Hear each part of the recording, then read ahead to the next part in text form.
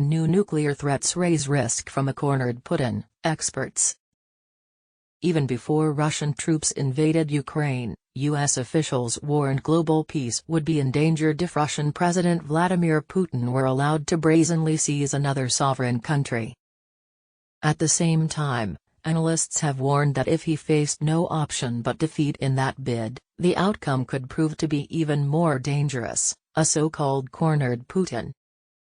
Ukrainian successes on the battlefield have not only pushed Russian troops back but now have pushed Putin further into a corner, forcing him to take a series of dramatic steps to reinvigorate his brutal campaign, a sweeping military draft, labeled as a partial mobilization, to surge thousands of soldiers to the fight, and orchestrating what the West has called sham referenda in occupied territories in Ukraine, intended to pave the way for them to be annexed, considered, in Putin's view, to be part of Russia.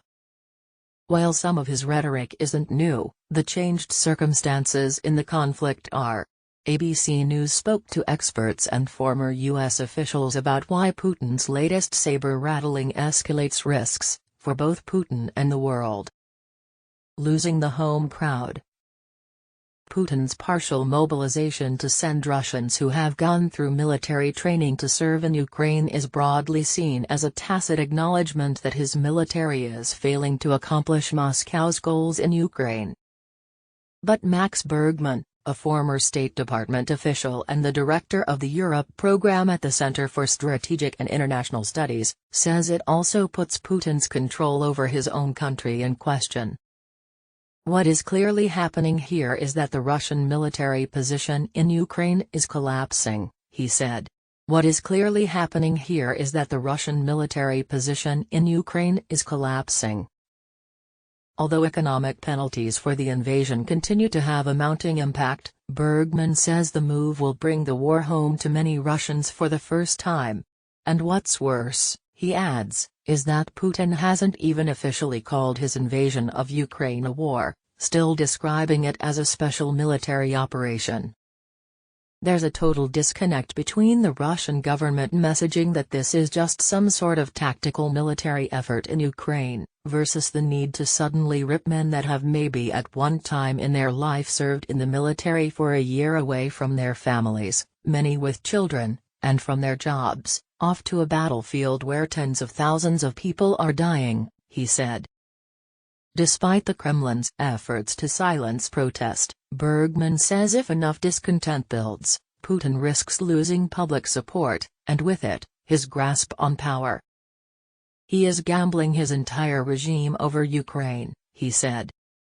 A powerful tool in Putin's arsenal is the state propaganda machine, but Bergman believes Putin still has a steep hill to climb in portraying the war as defending the motherland. Putin hopes he can harken back to Russia's past of repelling invaders, whether it's Napoleon's army or Hitler's. But then, Russia was being invaded. It was an existential war. This is a war of imperial ambition, he said. Putin hopes he can harken back to Russia's past of repelling invaders, whether it's Napoleon's army or Hitler's. But then, Russia was being invaded. It was an existential war. This is a war of imperial ambition. While the Russian president still appears to wield uncompromising control, Bergman warns the tide can shift quickly. Autocratic regimes look incredibly stable until they're not, he said. Buying time. Ukraine's President Volodymyr Zelensky, in his speech this week to the United Nations General Assembly, warned Moscow was trying to wait his fighters out. Russia wants to spend the winter on the occupied territory of Ukraine and prepare forces to attempt a new offensive, he said in a recorded address. Analysts also say buying time to move newly conscripted troops to the front might be the motivator behind other elements of Putin's strategy. Those troops will take a while to get to the battlefield, said John Hardy, deputy director of the Foundation for Defense of Democracy's Russia program. Those troops will take a while to get to the battlefield. Putin's latest efforts towards annexation, coupled with promises to defend its land, are likely aimed at giving Ukraine second thoughts about pursuing its counteroffensive, and giving the West second thoughts about supporting it, Hardy and Bergman said. But they say it's unlikely to prove effective. Putin's hope is that this causes Ukraine and the West to freak out to give some pause about further advances, Bergman said. Putin's hope is that this causes Ukraine and the West to freak out to give some pause about further advances. One senior administration official called the referenda a crass and desperate maneuver that would not alter the U.S. outlook on the conflict, and predicted that other powers around the world, even those more closely aligned with Russia, would not be significantly swayed. Still farther to fall. If Putin's attempts to delay Ukraine's military progress fail, the most pressing question becomes whether he will make good on his threats to go nuclear, and what the US and its allies might do in response. It's something that you have to take very seriously. Russia has the world's largest nuclear arsenal, said Bergman. It's something that you have to take very seriously. Russia has the world's largest nuclear arsenal. While both Hardy and Bergman agree Putin doesn't appear ready to resort to the nuclear option, they say deterrence must be the priority.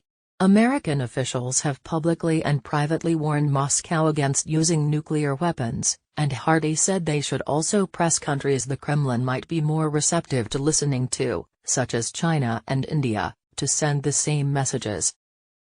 But the consequences Russia could expect to face are less clear. Are we actually ready to do something more than sanctions? I tend to think we are probably not. I think the administration rightly wants to avoid World War III, said Hardy. Because of this, the Biden administration's strategic ambiguity on repercussions is the best available avenue, he argues. It offers the benefit of leaving doubt in Putin's mind, Hardy said. While Putin could ultimately disregard any doubts, Hardy says it will likely require Putin to grow considerably more desperate. I think this would be very much a last resort, he said, noting the Kremlin might test the waters first with demonstrations before hitting critical infrastructure or troop concentrations. I think this would be very much a last resort. But Hardy said a significant incursion into Crimea, the peninsula annexed by Russia from Ukraine in 2014, would likely move the needle much more, and that it's possible Putin will decide to protect any newly annexed territory with the same ferocity. We're in uncharted waters, he said.